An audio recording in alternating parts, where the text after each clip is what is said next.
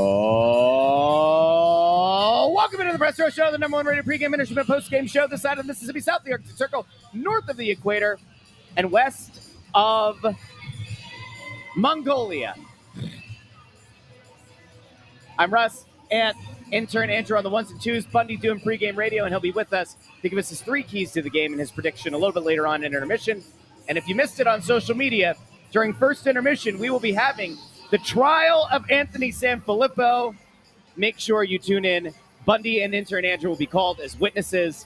That is in the first intermission. But pregame, we have decided to go with a man who some define as a tall drink of water. And when I say tall, I mean very tall. Kevin Kurtz is here. How are you doing? Good. What's up, guys? It's good. It's good to have you, Kev, because you and I seem to be in a race for the people who upset Flyers Twitter the most. Yeah, it's not a bad place to be sometimes. I agree. It can be entertaining. I agree with you. I don't end up throwing your phone against the wall. I agree with you. I thoroughly enjoy it. Most people think I would get frustrated and aggravated by it. I actually get a kick out of it. I get aggravated at myself for replying to some people sometimes. Yeah, but I don't. 5 minutes later, you're like, well, what the hell am I doing? Why am I doing this? Can I tell you, that was how I felt the other day, but not about me, it was about him. Because somehow I ended up in a thread, and I don't mute threads. I don't know why I don't, but I don't mute threads. And I walk away for a little bit, and I come back, and I have like 60 notifications. None of them have to do with me. They're just about this guy. That's when you just have to delete your phone, or delete the app off your phone, and just take a little break. I've done that before, too. Oh, that's great. That's great. So, Kev, here we come into this game tonight, coming off of the overtime win against St. Louis. Tough matchup against the Devils. Devils are a pretty good team, but they're down their best player with a freak injury. Yeah, Jack Hughes from the team dinner, right? Is that what that was? I think that's what it was. Yeah. Do you think they were doing that game? Remember the one where you get like the steak knife? Or usually it's a butter knife, but they go. I would think they're a little smarter than that. In the pinky? Yeah, you hope. Have you met hockey players before? You're going to put smart and hockey players. Wow, bold. But the one thing is that the two goalies in this game tonight have both been very good this year. So this could be a game where there's not a lot of scoring. Yeah. And I'm not certain that favors one team over the other. Yeah, I know. What do the Devils have? I think 9 goals in the last four games. Yeah, they're not scoring. They got shut out last game. Yeah. They won the game before, and I think 4. Do you know that? Yeah, that was a shootout win, though. Yeah, so they're not scoring much either. I hope this doesn't ruin Intern Andrew's stat of the night, but the Devils, 8 of their last 9 games have been 1-goal games. Yeah, and I think they were 6-1-1 or something in those 1-goal games. Yeah. They have a very good record in the 1-goal games. Yeah. So they're it's going to be an interesting game tonight. Hey, really quick, this comment. Yeah. If we're Jerry Lawler and Jim Ross, who's who? Well, you do by God, so you got to be the Jim Ross, Who right? would be more likely to yell puppies, though? You got to go back to the Attitude Era for that one. That wouldn't be me. Oh, no, JR! It wouldn't be me yelling puppies. Anyway, sorry. Anyway, I've derailed us. You did again. But there are a couple of things I wanted to actually talk to you about, Kev, going into this game. Some stuff coming off of last game, some stuff having to do with going into tonight with a lineup change and stuff. First of all, going back to Thursday, fourth line played maybe its best game of the season. They did, yeah. Right? In your mind, did those guys kind of save themselves a little bit with that game, give themselves another opportunity? Yeah, I mean, I was even tweeting about not to get back to Twitter, but I was even tweeting that before the game. I mean, Rodrigo Abel, 0 points in 13 games. I mean, listen, you got to do something at some point. I know he's not going to be counted on to go out there and be a 20-goal scorer, but Abels, Hathaway, and Delorier, none of them had even been on the ice for a 5-on-5 goal, let alone score one. Right. So it's got to be better than that, right? That's where, they miss Ryan Poehling a little bit because Ryan Poehling was pretty effective as a fourth-line center. He was a good depth guy, and obviously you don't regret that trade or anything, but there was a hole you had to fill. And I was looking at Lane Peterson's a guy that has been down on the Phantoms playing with Alex Bumps. You give him a shot. He's got some NHL experience. So, I think they might have earned themselves a little bit of a longer leash with that performance. But you got to do that again. You got to keep it going. Yeah, I mean, because I'll tell you, I've been hearing that the Flyers have been looking, not to say anything imminent, but they've been looking around to see if a fourth line center type might shake free. from another team. Yeah, but there's nobody making trades right now because the standings are so packed. Right, so I know. I don't think this is any. I can't imagine it's going to be anything's imminent with everyone so tightly jam packed right now. Yeah, but that would be a spot that they are thinking about upgrading unless these guys can figure it out and become more consistent. Last game was a good start for that. Yeah, but they got to see it continue game in, game out. Another change that happened on Thursday and is part of the lineup tonight as well, and I know talked about it this morning. Emil Andre sliding up from the third pair to the second pair, played 2 periods there, had an assist on the Forster goal, looked pretty good, and sounds like Talk's going to give him a little bit of a runway with Jamie Drysdale. Yeah, and he earned it last game. They don't win the last game without him, right? He bumps him up there to start the second period, and Andre rewards him. He makes a great play on the tying goal to Tyson Forster. He had a great chance, a scoring chance himself, I think a little bit later. I don't know if it was before or after that. I don't quite remember. But then in the third period, he's battling in front, and he has the awareness to turn around and block that shot by, I think it was Dvorsky. Yep. And, Dvorsky had the whole top of the net. If you look at that again, he had the whole top of the net to shoot at. If Andre is still looking the other way or he doesn't know where the puck is, that's probably a goal. So, he blocks the shot, gets up, passes it to Owen Tippett, who's off the other way. So, it was probably his best game of the year. And he's a guy that, frankly, he's had to prove himself to Rick Tocchet, right? And I don't think you can blame Tocchet for not knowing a whole lot about him when he came to camp. Andre didn't have a great camp. At the same time, he wasn't really put in a position to succeed either with regular guys. And he's shown himself to Tocchet, and he can't take him out now. Yeah, so I wanted to ask you about that a little bit because I know you wrote a story about him. I know you had a one-on-one with him in the locker room the other day. Yeah. And Andre told you that he said I was pissed when I went down, right? Do you think it was one of those situations where, like you said, Toc didn't really know him, and having a guy like Noah Juleson here, who Toc was familiar with from Vancouver, no doubt, probably is the reason why Emil had to go down to start the year. Yeah, partly, but Juleson's a righty, right? And with Andre, he was sort of passed over by Adam Yinning, right? And Igor Zamula, and Zamula is back in tonight. I think, right? Yeah. So. He'll get a chance. You don't want him sitting around forever, I guess. I think it's totally fine if he sits around forever. Maybe he sits his ass. Yeah, I think he was passed over initially also for those two because... But they liked Yinning most especially. Todd Reardon really liked Adam Yinning. And I guess, which is fine. He played fine at the end of last year, and he was fine to start the year. But they're both, neither one is waiver exempt. So that was another reason why that's a good point. The roster setup was what it was, right? So that's why. And that's why they didn't waive Yinning outright the other day because they just have him on the conditioning assignment. Right. So they bought themselves a couple of weeks there with that.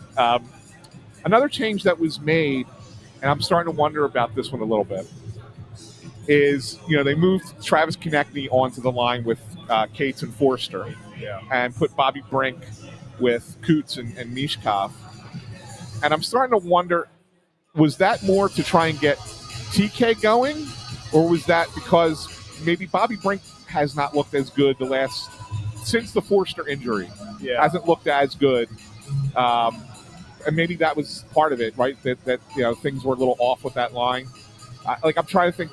Maybe it's both. Maybe they're trying to get both of those guys going. Well, I think Tocchet likes Bobby Brink getting in on the forecheck on that line, and that was, Bobby Brink is probably a little bit more of a straight line guy than Travis Konechny is, right? Yeah. Obviously Tocchet's hoping for some chemistry with Couturier and Michkov, and it hasn't really been there for probably a few different reasons. The Cates line with Brink and Forster had kind of trailed off a little bit, right, with Forster's injury. Yep. So I think that had something to do with it. Listen, it's going to be a work in – Tocchet even has said this multiple times throughout this week where they had off all those days. The offense is going to be a work in progress. And I talked to Konechny about that yesterday, and he said flat out to me the same things that some other guys have said, that the offensive system that Tocchet wants to run is different than anything they've done previously. He has more steps and more things that he wants these guys to look out for when they're in the offensive zone with possession, and it's taking some time. And, some might say they're being overcoached in the offensive zone, right? and certainly the results with some of the shot output we've seen and the lack of goals. I think you can maybe make that case, but this is a vitally important time for this team now because the practice time is over. Now you're in the middle of 8 games in 14 days.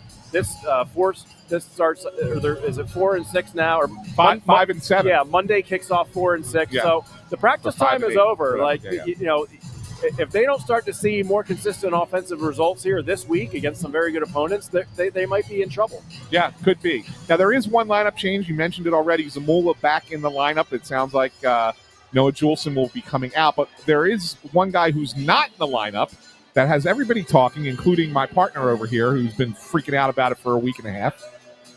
Why can't Nikita Grabenkin get back on the ice? Because he insists on keeping Michkov in the lineup. Oh, here we go. Here we go. Let's be real here. There we go. Listen, he's not. I mean, listen, I thought the same thing, too, that Grabenkin, there was a place for him on the fourth line, right? Especially with the fourth line not going very well. But clearly it sounds like, based on his comments this morning, he doesn't want to keep him on the fourth line. Listen, they're not going to take Matvei Michkov out. He already said that. He wants them to play through it. But so, there's just – you're not going to put him in for Tyson Forster. Right. I don't think you put him in for Owen Tippett. I know he's streaky, but, you look at what Tippett can still be that guy that just takes over a game. Like, Nikita Grabenkin can't do that. Right. I would like to see him get more playing time. I don't know why you wouldn't put him in on the fourth line when it was doing next to nothing. I get why he stays out tonight a little bit because, like we just talked about, the fourth line was really good. But, there's no place for him right now. I do wonder, if Torts was still here, would he have taken Michkov out at one point? For sure. Probably, right? And Tockett's not going to do that. And I'm not, to be clear, I'm not arguing he should do that. I think you should think about it, but I don't think he's going to do it. Right. I guess the only other guy that you could think about, because you can move some people around. You could move Brink. Brink Could you? But you don't want to put him on. I mean, yeah, I guess so. Yeah, I mean, I guess it depends if Tocchet likes Michkov on the right or the left, right? Yeah. So, I mean, I'm just saying, like, you can move Brink down. I'm not saying take Brink out of the lineup. You can move Brink down to the fourth line. Oh, yeah. And put Grabenkin in and play Brink. And, you could take Hathaway or Delorier out of the lineup without a problem. Yeah, maybe. Right? I guess. Right? I mean, that's the thing. I mean, so anyway.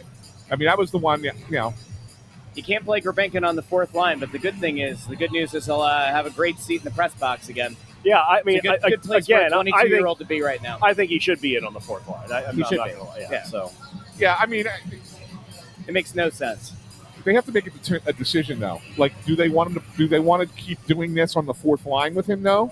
Is that helping him, or should they send him down and have him play in the AHL and get bigger minutes? Yeah, at some point you can't have him sitting here, so I wonder if they send him down at some point. But, I mean, even if you're playing him, like, if you're only going to play him 8 minutes a night, is that benefiting him at all? And you could bring, Carl Grundstrom back up, right, or whoever. NHL experience. Yeah, I don't think they want to bring up. I think they want to let guys like Bump and Bump in particular play more minutes down there in the AHL before they think about giving him a recall. Yeah, Garnet Hathaway so far this season 0 points. I get that that's not his role, but 0 points. Everybody on Twitter likes to freak out about Nick Delorier. I'm even past the point of, like, being one to complain about Delorier, but, like, holy hell. You mean like in these unprecedented times, you can't figure out a way to get Grabenkin in 2 out of every 3 great games and rotate out one of Delorier or Hathaway? I'm sorry, it makes no sense. I'm not buying what's being sold there. I actually don't disagree that Grabenkin could be a third-line guy maybe, and, like, maybe there's a little bit more skill there. But, like, this team is not any better with Delorier and or Hathaway in the lineup than they would be with Grabenkin. Well, Hathaway's still a penalty killer, right? And the penalty kill's been pretty good. Yeah. So that's why he stays in. I can't really argue with that. It's the only thing he's done well. I mean, other than that, his game has not been very good. No, he looks like he's starting to slow down a little bit. Yeah. So that's the one thing there. All right, Kev, I want to bring up Michkov. You mentioned him already. And there's this real belief. Clearly, Kevin doesn't like the Russians. Well, no. He only wants one Russian. Listen, I've been on the lineup at the time. Every podcast that has me on, I end up defending Michkov. I still think he's a future star. I saw what he did in the second half of last season. It's there. It's going to come. He learned a lesson this summer. It's not there right now on a consistent enough basis. That's what I wanted you to have the opportunity to say to everybody, because there's this belief out there that the media in Philadelphia wants to hurt Michkov's confidence. Well, That's what the Eagles Right. media are doing with A.J. Brown. Right, like there's this belief out there that we don't like Mishkov, and I don't think that's true at all. no. And I just wanted to give you the chance, because if there's anybody watching this show who sits there and yells at you on social media, Right. tell them, we think that this guy's going to be a really good player. Yeah, he he admitted after whatever game it was a couple weeks ago that it was the first time he had taken 4 months off of hockey. This kid's gone through a lot. He's got a big spotlight on him. He lost his father, right? So he might have lost a little bit of direction there.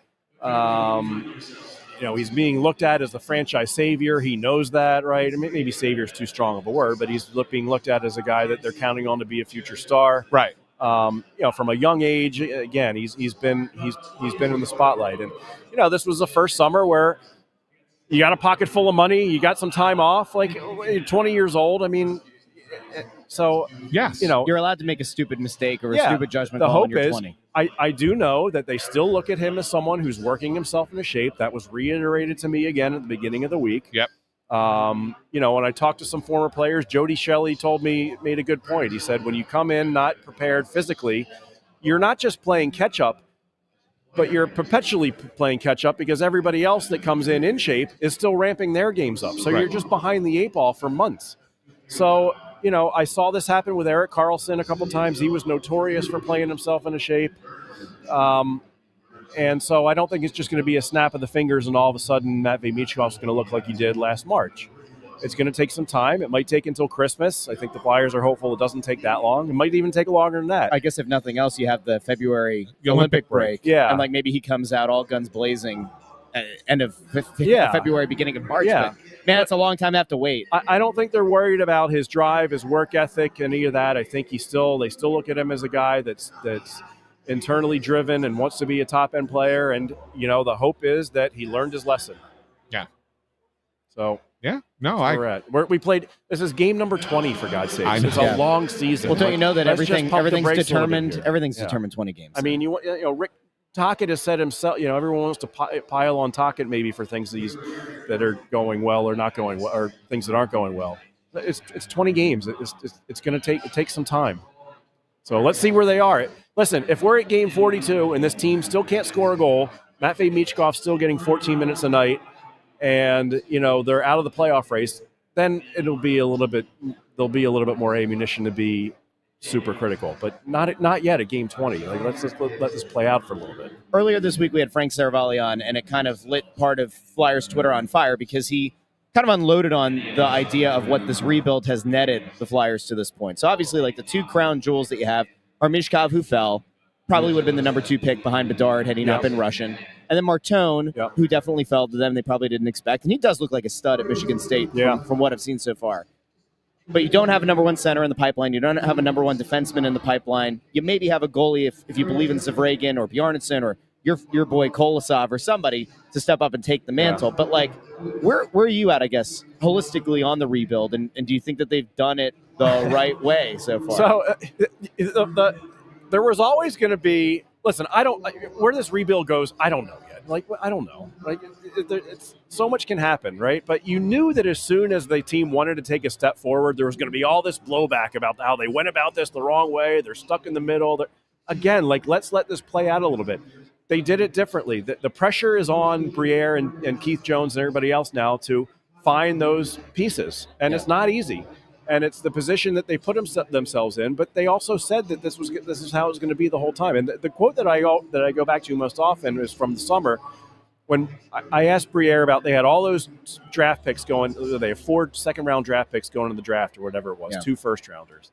And he said, what he's learned is that there's more value attached to names than there are numbers, right? So that means, it's important for the player development staff to take all these picks they have and turn them into players that either become effective NHL players or become legitimate prospects that you can trade for talent that will help you right now. So, it's almost certainly going to have to be a big trade or two for them to get those pieces that you talk about. And again, it's not going to be easy, but again, we're 20 games into the season here. Let's. Yeah. I'm not going to bury the rebuild right now just because they're. It's not yet the time for that. Well, this is an important year. You've got to make progress. You've got to do something this year. But it's early in the year, so I don't think it's the time to hammer them over the direction of the rebuild. I think the frustration maybe, or at least part of it, is like over the last 18 months, they've talked a lot about how a lot of money's coming off the books summer of 2026. The implication very clearly, wink, wink, nudge, nudge, was they wanted to get a meeting with Connor McDavid. Sure. They probably wanted to get a meeting at least with Kaprizov and a few of these other guys, maybe an Eichel. Yep. They're all gone. Like Yep. the entire free agent class is dried up like a lake in the middle of the desert or something, right? Like it's horrific at this point. Do you think that they maybe were banking a little bit too much on that idea of the money coming off the books and hoping that, the Flyers, I don't know, like the glow of what it is to play in Philadelphia, maybe it was overvalued in their own minds? Well, potentially, but there's also the players that you also want to make yourself an attractive destination for players that have no trade clauses that might want to get moved, right? That's a good point. And Okay. so, that's a process. We're still just in year 3 of that process. And if Vancouver falls out of the race and these rumors that they might move Quinn Hughes in January, I mean, that's when as a Flyers you want to be all over that sort of thing, right? Or a Brady Tkachuk or something, and I'm just throwing names out there, right? Nothing, but The Quinn Hughes one is actually So that to me is actually the most interesting. So play a game with totally me. agree. Play a game with me with Quinn Hughes. Ooh, Play a game. the with game. Me. All right. Do we need a song? Let's say, and I'm just spitballing here. This is not informed information. This is just me piecing this together, right? Let's say Quinn Hughes is available, right? Would you trade Cam York, Bobby Brink, one of your top prospects who are not here yet, not Martone, but another guy, and that Toronto first-round pick for Quinn Hughes? Yeah, I would. That solves one of the two biggest things, right? The number one defenseman. Do you think if you're Vancouver, you take that in return? No. Unless it depends on where Toronto's at in the standings. It doesn't matter. It's top 10 protected. So that Even if it's like the 11th pick or something, you could still. if you're making the trade in January, you won't yeah, know what I'm saying, it like is. if you have a general idea that they're not going to be all the way at the bottom, maybe that's an enticing pick. I don't know. I think Vancouver would take that. Yeah. I do. When I just look at the Flyers, I say, the untouchables I think are Michkov, Martone, probably Tyson Forster. I don't know anybody else. I mean, they're the guys that you probably can't move, like Victoria. But I mean, I'm talking about young players that you wouldn't move probably under any circumstances. Would it ends at those three. Would they be a fit for a Konechny? Like of all the like play this one out there. I don't know if he's got a full no move. Yeah, for he's 6 got a full no trade clause, and I don't know if Vancouver takes. I just wonder if they look at him as like a guy that like you can kind of market around. He's a guy that is at least somebody. If you're Vancouver and you're trading Quinn Hughes, you're basically committing to starting over. Probably, right? Yeah. So you want young, controllable players. Cam York. Maybe you want. What do you think? Do they like Jet Luchenko? Do they like Jack Nesbitt? Right. That's what I'm talking about. One of those guys. And that goes back to the original point that Danny said, where it's like when the names are more valuable than just the picks. Right. So if these guys are developing well, depending on what they keep in mind that when they drafted Luchenko, Vancouver was a team that really wanted Luchenko. Really, I didn't know that. Yes. They saw him like Vancouver was a couple spots behind them. And that's why they couldn't trade back further. Yeah. And they took him there. Time for a 1-for-1 deal. I love it. Luchenko for Quinn Hughes. Here's what I'm saying. So to sit there and say that the Flyers can't acquire these players. This is hypothetical though. But I'm saying it's crazy to say that they can't do it. They absolutely can. Teams they have a lot of assets that teams would want.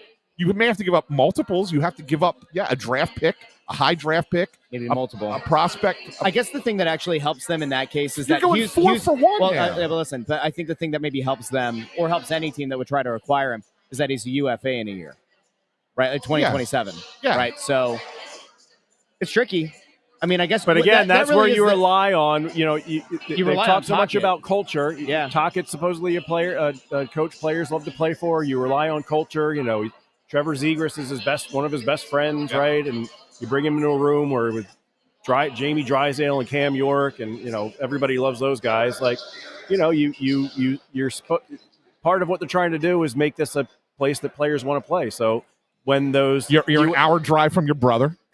Yeah, right. Like that's the thing. I don't buy any of this that he's just going to walk to the Devils. No, but I'm saying that like came even from Jim Rutherford, but who was known to pop off a little. No, bit. but coming here, it's an attractive thing. Like, close. I'm You're close to family. If I want to drive up the road, I can go see him one night. We have an off day. I can drive up there and go see my brother. Yep. I mean, like, listen. What's the thing that I always talk about? It's like you have to have a big balls move. Every GM who's ever won at any level of meaning in any of the North American sports. There comes a time where you put all your chips on the table and you make it happen. Now, I would say that, like, to some extent, it's a lesser extent, but like this past draft, the Flyers packaging first to move up to go get Nesbitt was kind of like a big balls move. Now, remember, I wanted them to go after McQueen, but he wasn't available at that point because of Anaheim. But it was that idea of like, put the chips on the table, go up and move up in the first round where you have the ability to, and see if you can get another center that, maybe I actually like Nesbitt's game. I think that there's a chance he turns out to be something of value, but that is the kind of move. Like if Hughes actually is available, to me, there are very few untouchables. Martone's an untouchable. Mishkov is an untouchable. Pretty much anybody else, like have at it. Figure it out. It's just a little too early to start overly criticizing the rebuild when we're in year 3, when we know how long these things take. Yes. Now, if this team sinks to the bottom of the standings and they finish, in a year where they're supposed to make improvement, then there's time to be critical. But they're 10-6-3 right now. It's better where I thought they'd be. I guess the thing is, I expected the goalies to be flipped, right? Like, I thought Ersson would play okay enough for them to sort of tread water and maybe be somewhere around hockey 500 maybe. Vladar's been exceptional. Yeah. And he's like top 10 in goals against, top 10 in save percentage. And I want to believe that it's real. Top 5 in save percentage. And based on his age, I want to say, like, all right, maybe he was just a late bloomer and, like, he got the really good experience at the end of last year with Calgary getting leaned on in those big games. Yeah. And I want to believe that it's real. But there's also the part of me that's a realist and says he's only ever played, the most he's ever played is 30 games in a season. If his play, like, falls, I mean, if it even regresses to the mean, they're screwed based on what they've shown so far, which I guess gets to the other question here. Sam Ersson, I have no idea what to make of what they're going to do. We're talking about, are they going to make a move for a fourth-line center? At what point do you think they realistically look at it and say, this backup goalie situation is bad? Like, if Ersson goes out over they have a condensed schedule now. Beginning of December, it's really condensed. He's going to have to get some starts. He's probably going to start 2 games next week, I would think, right? Do you look at it and say that, like, mid-December, if he's getting shelled, that they kind of look and say, this ain't working? I'm going to give him another 2 or 3 starts before we go there. It's nothing imminent. They still believe in him. Unless he really just if he goes out there and completely craps the bed for the next 3 games, all right, maybe, nothing's guaranteed, but it's not something they're really thinking about right now. Yeah, I got to think he starts Monday in Tampa. Well, or in Florida. He has really good numbers in Florida. Yeah, but Vladar started both of the first 2 games against Florida this year. That's true, yeah. That's a good point. So I think so I think he plays Tampa, and then I think maybe on the island. Probably on the island on Friday. Yeah. Yeah, that's what I think it is. So interesting. Yeah. Well, Kev, good stuff tonight. Right, yeah, Thank you very much. Appreciate your time. Kevin Kurz, The Athletic. Check him out. Follow him on Twitter. He's great on Twitter. He's awesome on Twitter. You're just happy that there's somebody else who gets the disdain of Flyers Twitter more than you. I'm not, I actually thought about having an intervention for you on the show tonight. I mean, we're doing the trial of Anthony SanFilippo in the first intermission. For those who missed it, Bundy and Intern will be called as witnesses. But there's like a part of me that is absolutely befuddled by you on Twitter. Why? Why you spend so much time chirping with people? I don't get it. So You're supposed to mature over time. There used to be a time. Do you remember how years and years ago I used to constantly I used to start and engage in wars with like Broad Street Hockey and everybody. And then over time, your mentality was different I than mine. I want everybody to be happy and everybody to succeed, and I want everybody to make as much money as they can and provide for themselves. Your mentality is different than mine. And I have somehow matured. And then there's you in a freaking Twitter battle where legit I have like 40 tweets and I'll explain it. Just stop. I'll explain it to these people. So here's the thing: like you used to do Twitter battles with quote unquote competitors. Which I would never do that. Like, if you go back through my time, I never got into I just thought it was kind of fun. And I never got into it with other you know, people the high like that. tide lifts all ships, and everybody got paid. Yeah, we're all doing We the same did job. well. They did well. Right. I mean, I never had any beef with them. That was I'm not you. saying that I'm responsible for everybody finding success in life, but I am saying it probably didn't hurt. That was you fighting with them. Me, I pick battles with people who I feel are either one of two things. Uh-oh. Either they actually have a little bit of a footprint in Flyers Twitter. Okay. And then when they do, and they put something out that is completely asinine and wrong, they need to be corrected because they have a footprint and it's impacting what a lot of Flyers when fans. somebody has like a pretty decent followership. Yes. And they're putting out nonsense. Yes. Okay. So that's number one. Yeah. And then number two, the absolute guaranteed 100% trolls. Sometimes I actually flip them on my side. Those guys. Like, who was it now that we're it doesn't matter. Don't no, worry that they about put the picture out of you with the face thing. Oh, Tony. Yeah. Tony Escargot. Tony Escargot is fantastic. Like the one about the cutlets. One of our guys now. Tony Escargot is one of our guys now, right? But for a while we had this little back and forth thing. But now we have this playful thing that goes on. It's good. It's good. So Shout out to Tony for the meme. So sometimes you can flip those guys. So I'm good. Or gals. We don't want to assume. But that's it. Those are the only people I'll got. Other people will comment at me all the time. It's just like, you're not. I'm not going to bother. But the people that I do bother with are those. One of those two things. So what you've essentially learned now is if you want to get Anthony SanFilippo's attention,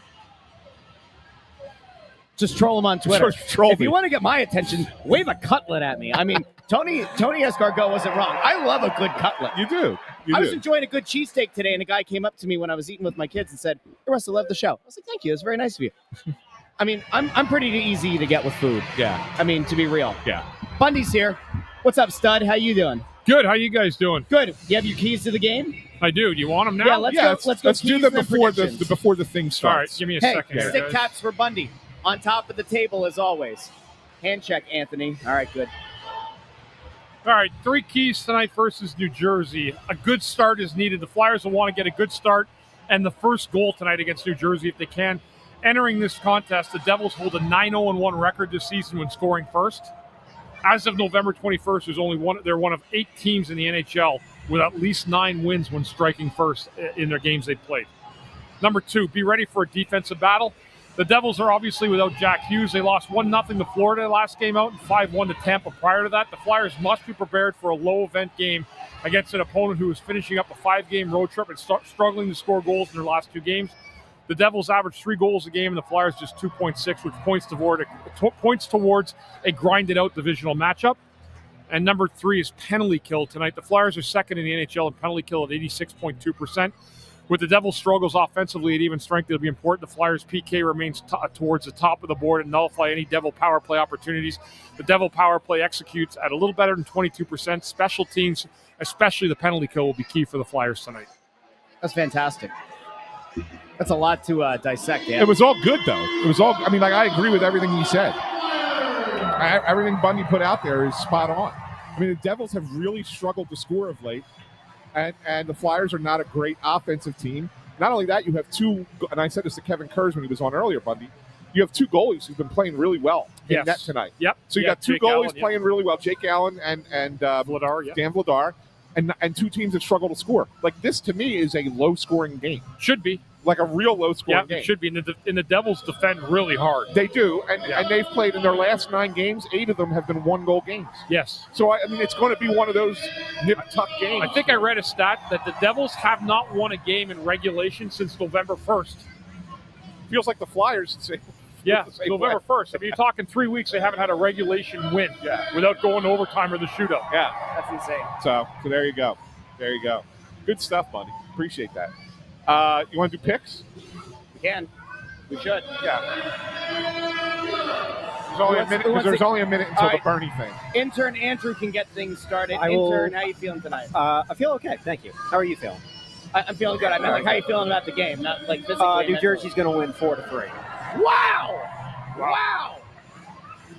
4-3. That's a lot of goals there, intern. I don't think he was paying attention to Bundy's keys to the game. No, I was. I'm just thinking when you guys are zagging. So he's got the Devils 4-3. This poor woman is struggling with this kid. Like she was you over know here what? screaming at him earlier. You know, I feel bad. It's like a 3-year-old kid. That's hard to contain in a hockey That's game. younger than 3. That's like 2, and I feel bad for her. She deserves to enjoy the game. Yeah. Hopefully somebody else out here is going to help her out a little bit. Yeah. Anyway, What do you got there, Russell? I'm trying to get the tweet set up. Okay, so Bundy, what do you got? I'm going to say this is a low-scoring game, and I'm going to say it goes to overtime. If I'm the Devils, I'm really looking to close off this 5-game road trip with a winning record. So because of that, I'm actually going to take the Devils to finish off their trip with a 2-1 win tonight. You go 2-1. I'm going to go a little bit higher, but I have the Devils as well. I have Devils 3-2, although I'm not confident in that. Like I feel like the Flyers could win this game. This could go either way for me, too. I think the Flyers could win this game, but I'm going to pick the Devils 3-2. So to recap, Intern's got 4-3 Devils. Ant has 3-2 Devils. Bundy has 2-1 Devils. I believe in the Flyers tonight. Of course you do. But I think it's going to be – what do you mean, of course I do? Because we all picked the Devils. I've often been very negative, but I think that the Flyers have a good game tonight. I think they hold You're the Devils. just picking the Flyers because we all picked the Devils. That is not true. That's 100% true. If we all picked the Flyers, you picked the Devils. That's not true. You just absolutely – That's not true. That's one of the biggest phony you're in the comments basement. ever. You're in the basement of the predictions right now. Give it to baby him, Bundy. cakes. So calm down. Yeah, because Calm I down pick a little bit. first every week. Calm down. Give it to him, Bundy. Calm down. This guy. Are we doing The anthem. we're doing the anthem. Yeah. All right. I have the Flyers 3-1. See ya. All right, talk to all of you very soon. Where's the go away? Hold on, we got it. I think maybe. Hold on. There we go.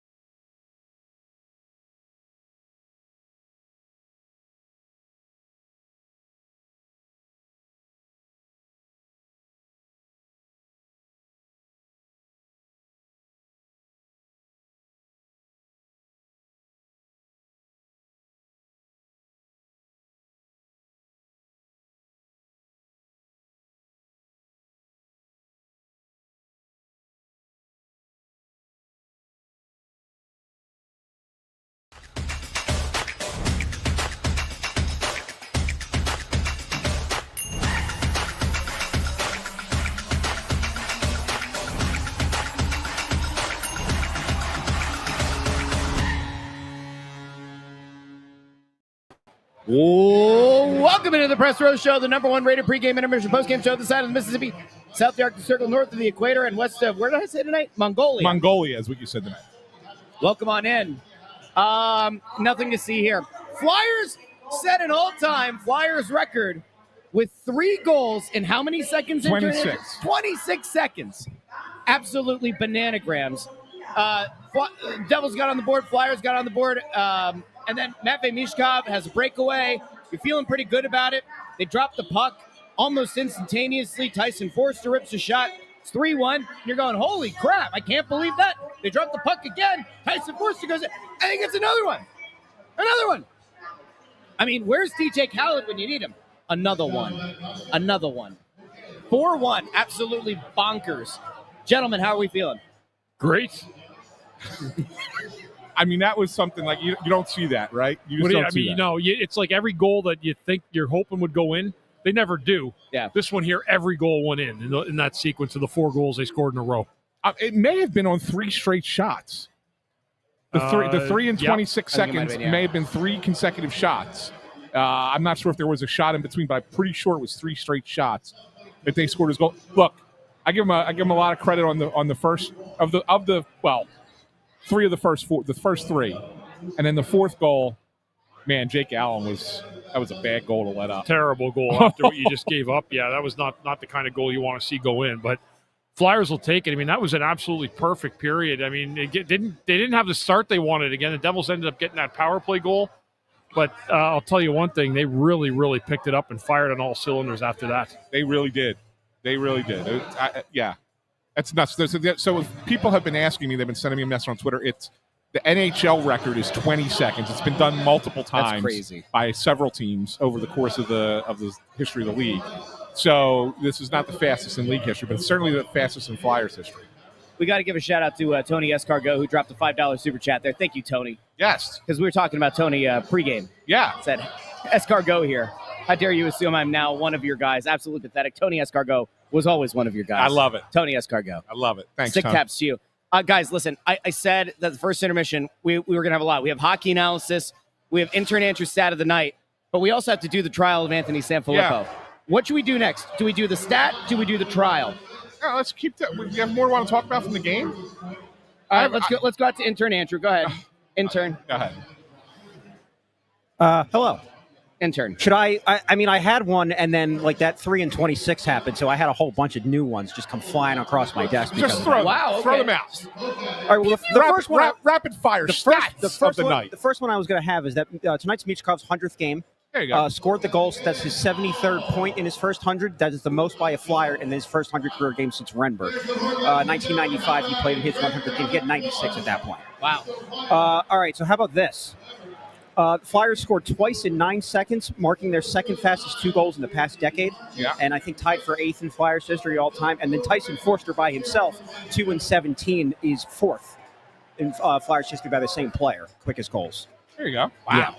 Yeah. Hard to imagine scoring 2 goals faster than that, isn't it? Well, no, because usually there's been times when you score a goal and then your line stays right out there. The Flyers team record is 6 seconds. Is that Rod Brindamore? I had it. Hold on a second. I swear if Rain Man got it again. No, it was Ron Flockhart. All right. Okay. Flocky hockey. Yeah. All right. Flocky hockey. And then I had one for the Devils one is pretty boring.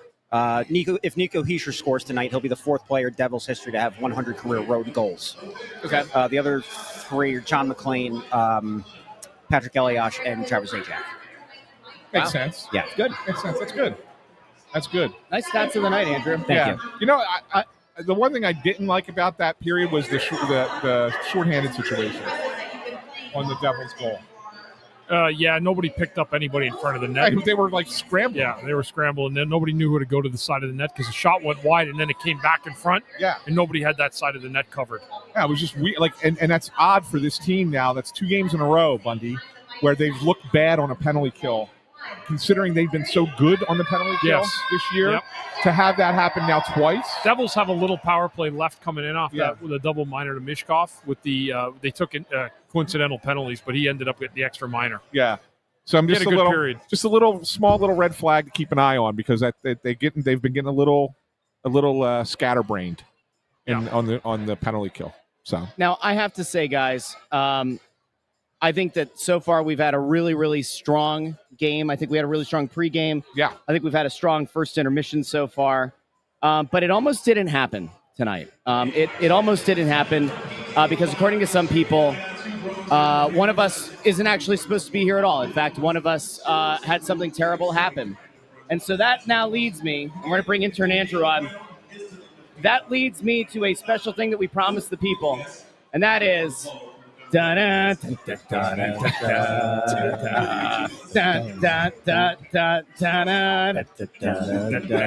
this AI. My favorite part is Intern Andrew's haircut. Yeah. Like it's like they really got it. They got it right. I like that Bundy's the sheriff. The bailiff. The bailiff, I mean. The bailiff. Bundy's the bailiff. ChatGPT is actually kind of offensive when it comes to mustaches. I look like I'm 65 instead of 35. I mean, for goodness sakes, ChatGPT. All right, so we have to get to the trial of Anthony SanFilippo real quick, and then we'll get back to the hockey analysis.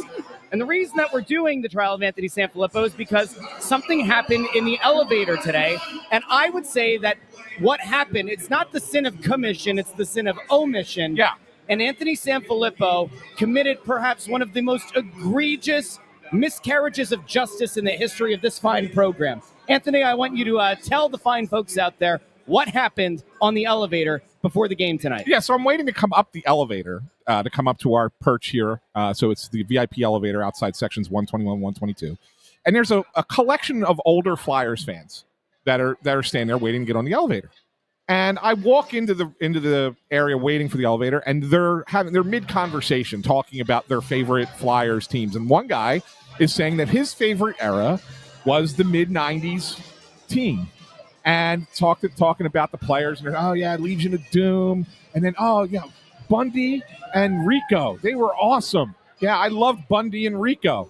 And the one woman goes, yeah, well, shame that was 40 years ago. Now it wasn't 40, but I mean their math was not great. But anyway, so it moves on. Another guy goes, yeah, I heard something really horrible happened to Bundy, and I'm standing there like, what? And they're like, yeah, recently, like he's not doing well. And I'm like, how recent? Like, because I'm thinking to myself, this can't be. Like, so I don't want to say anything because if it was something that happened today and I didn't know about it, like I was going to be really upset. I get off the elevator, come up here, Bundy's just sitting here. Hey, bro, hey, whatever, how you doing, guys? So I didn't say anything. I just let it go. I just let them believe that something horrible happened. I am fine. Don't have anything that's gone on in my life that would make it a bad day. Yeah. I'm doing well. And I'm here. Yes, it was great. And happy. Yeah. I just want to, how do you not correct the record? Well, so what? You let those people get off that elevator thinking that something horrible happened to Bundy and nothing horrible has happened to him. So what if I corrected them and I come up here and I find out that Bundy's not here, right? And maybe you guys didn't know about it. Like maybe nobody knew about it. And all of a sudden, like I'm like, oh, he's fine, no problem. How would they have known? Maybe I missed something. Maybe there was something that got out news-wise. We just saw him. Within the last 48 hours. I don't know. So you think that maybe there's a part of you that says, hey, how recently did that happen? Because I'm actually on the way up to go do a show with them. By the way, if you haven't... That would have been the question to ask. Yeah. Yes. Yeah, but I didn't want to exacerbate it. By the way, right? if you like Bundy so much, I hope you follow Snow the Goalie, the Only Flyers podcast, and you come on up to Press Row. Yeah, then they would have recognized Dan. Yeah. Right. Yeah. I'm happy you're okay, Bundy. Yes, I am very happy. I was very relieved when I came off the elevator and saw you sitting here. I was like, oh. Is the jargon okay? Yeah, right. Yeah. I mean, what an absolute... I don't know. You need to let us know in the comments. Is this a violation by Anthony SanFilippo? I think it is. To not correct the record about Bundy being okay. Let us know in the comments. All right, let's get back to the hockey. Yeah. But again, that was the trial of Anthony SanFilippo. We'll see how the jury finds. I'll put a poll up, and that's going to be the verdict from the jury on whether or not Anthony SanFilippo committed a violation by not correcting the record. I'll put that poll up here as we go. So guys, just from a macro view, that had to be about as good of a goal-scoring spurt, obviously. But man, when you're looking at what this team is kind of staring down here over the next few weeks, Yeah. It's a very compact schedule right now. It's a very compact schedule to start December. Getting every point obviously counts, and it matters a ton. You couldn't have had a much better start. Well, no, and especially because this 5-game stretch here is like it's a gauntlet in a lot of ways. It's New Jersey, who's second in the division. It's Tampa. It's Florida. It's the Islanders, who've been really good since the very beginning. Like they got off to a slow start, like their first 4 or 5 games, and have one of the best records in the league since then. Yeah. And then the Devils again, so twice in a week against the Devils. So like you look at this and say, okay, this is going to be an important stretch to tell you what you need to know about this team. But more importantly, Bundy, it's a division game. Yeah, against a team that you're 3 points behind them coming in, and you feel like you're chasing them, and you want to make a statement, and you come out there and say, you know what? Not tonight, guys. You're not going to figure out what's been going wrong with your offense against us tonight. We're going to just go out there and just put the pedal to the metal. Well, the Flyers didn't have the start they wanted. They were down 8-1 in shots at one point. Yeah. So again, they fumble the ball the first 8 or 10 minutes of the hockey game. Did not have the kind of start, and that's been a problem for them this year. I don't like them chasing games, but that was the best offensive output we've seen afterwards with 4 goals scored consecutively. It was a really, really good period for the Flyers. It's got to feel good for Mishkov to get that one. A lot of times we talk about who made the pass to him. I don't know. Some guy. Was it Couturier? Yes. I thought Mishkov Mishkov and Couturier can't play together. Yeah, there you go. That was one there where the Mishkov cheated, but it was okay. Yeah. It worked. So the cheating thing, like Talk talked about this a little bit. He said he doesn't mind the cheating play if you have a high percentage chance of getting the puck. And that was a high percentage. That was a high percentage chance of getting the puck. He doesn't like it when it's 50-50, because then if you lose the puck battle, then you put your team at a disadvantage by being out of position, right? Correct. So that's the thing. So that was one where he read it right. Yeah. And he got behind the defense, and it worked. And that's exactly the way it should be done. And yes, Coots was the guy, because a lot of people believe that Coots doesn't get him the puck enough. Coots got him the puck. So yeah, it was good.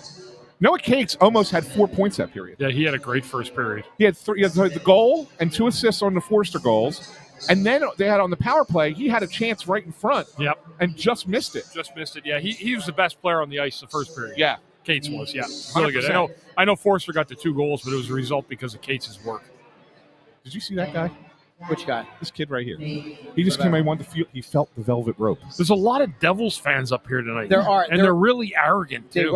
They were arrogant until the 3-goal spurt, and then they shut the hell up. Yeah, real there's fast. nothing anymore. Yeah. Thank God.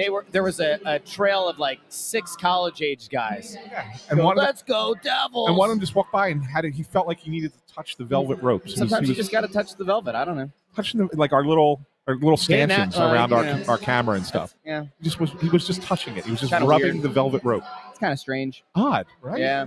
Some odd stuff going on up here. It makes you wonder. There was also the guy who's absolutely wasted walking around with 2 cans of Michelob Ultra. Double fisting? He was double fisting, yelling at Mike the Organist, Hey, let's go Flyers! Come on, Oregon guys! No, he said, let's go Devils. The best part about this, he said, let's go Devils. With a Flyers jersey on. Flyers jersey. No, he said, yes. let's go. No, he said, let's go Flyers. Come on, Oregon guy, play a song. And then as he walked away, he said, let's go Devils. So he played both sides of it while also yelling at Mike the Organist. We should get Mike the Organist on. One of these days. We should get him for One of his these thoughts. days we'll get him on. I might. It's a Not record. bad. It's a record. Franchise record, my friend. Nobody. There you go. Guys Philly, out here. I can't wait for He's out here in his baseball Phillies. He's out in his Phillies stuff. He's got his full Phillies gear on. That was good. everything except the pants. He went powder blue. He went with the powder blue I like hoodie the powder blue. I think that's and the maroon hat, of course. And I think I'm going to make a prediction that you're going to see it a lot more next year. Mike, can we get your opinion? Can we get your opinion? I'm gonna get Mike. Put him on Andrew's. I gotta answer answer to Tony Louie here. Yeah. Pull it up. I can't pull it up. We'll pull it up in a I second. will pull it up. Let Mike go first. I want Mike the Organist. Everybody, stick taps for Stick Mike the taps for Mike the Organist. Organist. Yep. Mike, really quick, in that one, you have to talk into this guy. Gotcha. When people yell at you at the games to play something, have you ever felt moved by the spirit to indulge them and play? No. Absolutely There not. it is. This is your I don't mind taking good suggestions, but when it's like that, as you've seen, No. There you go. It's a public service announcement. That's right. Mike That's the right. organist, the best in the biz. Thank you, guys. Come up and talk Thanks, to him at Mike. the, Appreciate it. balcony level. All right, let me We pull love up, Mike. Great pull guy. up, pull up that Tony Louie comment for Bundy. Which one? He's asking. He says, "Hey, Craig Bundy." Ludwig. You can pull it up. Yeah, I know, but I got to scroll. Click on it. I don't have it. I'll find it. Here it is. Oh, It that says, one. Bundy, did you see Craig Ludwig on Spittin' Chicklets the other day, breaking down a play where Mario Lemieux schooled you two on a shift? Yeah, I thought never it was pretty played. funny. I never played with Craig Ludwig. So You didn't play with him in Dallas, no, right? I never played with Ludwig in Dallas. Yeah. And I don't remember ever getting danced by Mario Lemieux. I would remember. You remember all the guys that danced here really good. I never got it from him. I was so focused on not getting burned by that guy. I've had chances where we've chased him down. He had a breakaway before where he split the middle. Yeah. That's happened. But I've never played with Craig Ludwig, nor do I remember ever having a shift with Craig Ludwig against Mario Lemieux. Who danced on you the most? Who was the toughest Always guy? the smaller guys, Yeah, yeah. like a Joe Sakic or Steve Sullivan. Steve, so you mentioned him before. Yeah. Is there an Yeah. obscure guy that you can remember dancing on you? Well, Steve Sullivan's pretty obscure. Marion Gaborik danced me once. He flipped the puck off the boards and did a spin move. It was a great move. But I mean, if you're in the NHL, there's not a single defenseman that's ever played in the history of the game that hasn't had their jockstrap left in the rafters at some point in their career. Yeah. I don't care who you are. You could be Scott Niedermayer, Chris Pronger, Raymond Bourque. Every single guy has been danced at some point in their career. Oh, by the way, Prong's put out a book. Yeah, I saw that. See that? I guess we should get him on. We should get him on Snow the Goalie radio and get Prongs to talk about the book. Russ isn't even listening. Buddy, we should get Pronger to talk Yeah, about that'd his be book. fine if you can get him. Yeah. I have his phone number. I'll give him a call. We've had Prong around before. Yes. Yeah. Back in the COVID days. Yes. I think, yeah. He was great. Yeah, he was. Yeah. Fantastic. Yelled at you. That was He the best did. part about He it. did. It was great. I learned a valuable lesson that day. Yes, you did. Yes, I you did. How's the poll going? Am I guilty or not guilty? According to the poll, I'll end the poll now. Was it a violation for Anthony SanFilippo to not let the people know that Bundy is okay? 51% say yes, it was a violation. 49% said no, it was not a violation. That's pretty close. It was pretty close. That's close. I still think it was a violation.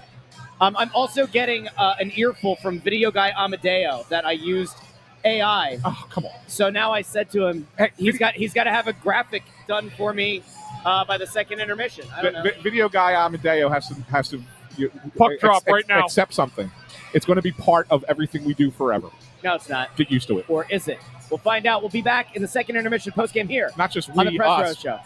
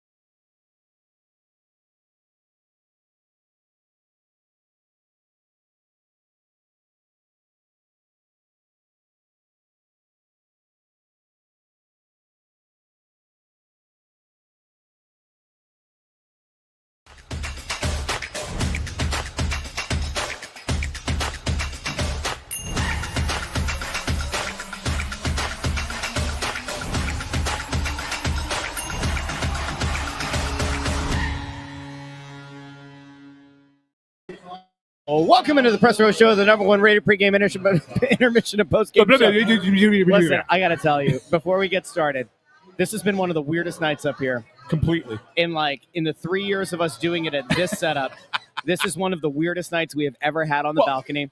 I will also tell you, start off this with is maybe one of the weirdest things. Like, we've had some of the weirdest stuff that's happened since, remember the Seattle game last year, guys? Where you could kind of it probably smelled like Snoop Dogg's house. Yes, right? remember that? Yes. The Seattle game last year. Wild, yeah. That's not the case tonight. It's just like, man, So- if Trump is going to confirm that aliens are real, They might be here tonight. Tonight's the kind of night that So you go, they're already the among one, us. The one thing, though, the positive out of this, Russ, and I know, and I'll let you finish telling what happened, but it's because there are so many people up here. Like, There are a lot, yeah. the balcony is freaking packed. Like, Yeah. there are a ton of people just constantly up here. We have people walking by, talking to us all night. I mean, we've had a couple games this year where, not a lot of people up here just on this level. Tonight, It's jam-packed. jammed with people tonight. A guy earlier, undercover Islanders fan, asking for our Yeah, thoughts come on over here. Schaefer. And he was Said, cool. I respect you guys. I respect what you do. What are your thoughts on Matthew Schaefer? Had a little chat, Yeah, it was good. Yeah. It was good. So why don't you tell everybody what happened? I don't even know where to start. Welcome into the Press Row Show, the number one rated pregame intermission postgame show this side of the Mississippi, south of the Arctic Circle, north of the equator, and west of Mongolia. There was a guy up here. Did they really have Jersey Devils jerseys with blue in them? I don't know. Did you see that? Didn't they have? Oh, they had those ugly ones that they used to wear with the green. With the green, but Yeah, the girl they're- that just walked by had a Heischer jersey that looked like a Florida Panthers. Didn't they have an alternate that had some blue in it? That's awful. The one that was in cursive, I thought I might have missed it, the but that's cursive one awful. was black, though. Anyway, There was a minor incident up here. yes. Somebody who might go on the all-time, I don't know if it's the wall of shame or if it's like the every once in a while we kind of do a re-rack of who are some of the more memorable people for not the best reasons up in the balcony level. Of course, there was the lady last year who was by Mike the organist and came in behind him to try to lean in to ask for a song. She knocked over an entire stanchion with the velvet rope, knocked over the sign. We thought like somebody was just attacking Mike the organist. There was the guy post-game last year who got into a shouting match with me about at the rebuild or something. But tonight we had a guy who, like, the Flyers, I think at that point were up 5-1. 4-1. It was Was it 4-1. 4-1? Yeah. It was, it was before Brink's goal. And a guy came up here and he just starts yelling at Mike the organist to play a song. And we're like, I don't think the guy understands. I don't know. The game was going on Yeah. as this is happening. And he's yelling at Mike to play a song. And then, like, I turn around and, like, of course I'm physically imposing, and so I get everything under control. But for those who don't know, and we have brought Mike the organist on during first intermission, he doesn't control when he gets to play. Right. There's a whole, like, game day Presentation presentation crew. Yeah. So if you're ever at a game and you're like, why isn't Mike the organist playing a song? Why isn't he singing us the song of, his people? This is why. He doesn't control it. Right. But There are specific times when he is to play. This guy was screaming at Mike. Screaming at him. Like, security had to get involved. He's like, let's go. I got up because I'd almost had enough. I told you, I had enough of this Well, guy. then he yelled to you. He goes, Therien, tell him to play a song. Yeah, he did. He wanted you to tell If him you've what ever song. seen the clip of Anthony Gargano. Nobody messes with our organist. That's right. Nobody messes with Mike the organist. If you've ever seen the clip of Anthony Gargano going, play the freaking song. Yes. Right? It was like that, but like times 100. And the guy was like leaning over the rope at the organist. We're like, what is happening? And then like, you see security just kind of comes in like a cloud of security uniforms. We're like, oh my gosh. Yeah, they were asking me. They asked me. They asked you. Yeah. Yeah. There you go. Not him. Not him. But just us. There we go. See, that guy didn't like Sarah Volley talking Didn't about like, didn't like Sarah Volley. So it's funny. Tonight has also been one of the most engaged nights of people proving that they watch the Press Row Show and Snow the Goalie. Yeah. Like the guy who just went by with a couple, he was double fisting over there. He's like, love Bundy. Ant, you're great. He goes, Russ, you're bleeping crazy. And that's Intern Andrew. I know all you guys. So it's been a night. It has been a night. It has been a night. I guess, Bundy, we should probably talk about what's happening in the game so far. 5-2. Even period. That period, I thought both teams kind of had their spurts of the moment. Probably Brink with a great goal, has shot it up through the defenseman. Yep. went up high on Jake Allen. That made it 5-1 Flyers. And then the Devils went down. They got a forecheck going. Somebody hit Sanheim. I think it was a fine hit. So did I. Yeah. And he went down, and he was not happy about it. He got himself out of the play talking to the ref, and the Devils made a quick play to the middle, and they got a one-timer from Heishier to make it 5-2. So Flyers hold a 3-goal lead heading into the third. That is more than enough. There's no reason the Devils should make a game of this. No reason at all. Correct. You know, it actually might be a good time to put Sam Ersson in. No, stop it. Give Stop Dan Vladar the rest of the night off. Hey, by the way, we got a super chat telling you to check your DMs. Oh, jeez. Why am I being told to check my DMs? What happened? All right, I'll take a gander. Hold on. Oh, you boy. guys keep going. All right, well, should we do Intern Andrew trivia while you check your DMs? Yeah, but we have to play him in, remember? Yeah, we do have to play Hey, him you know what? Hey, Just have Mike do it. Yeah. Yo, play him in. Play the trivia song. All right, you guys ready? Tune up your organs. Here we go.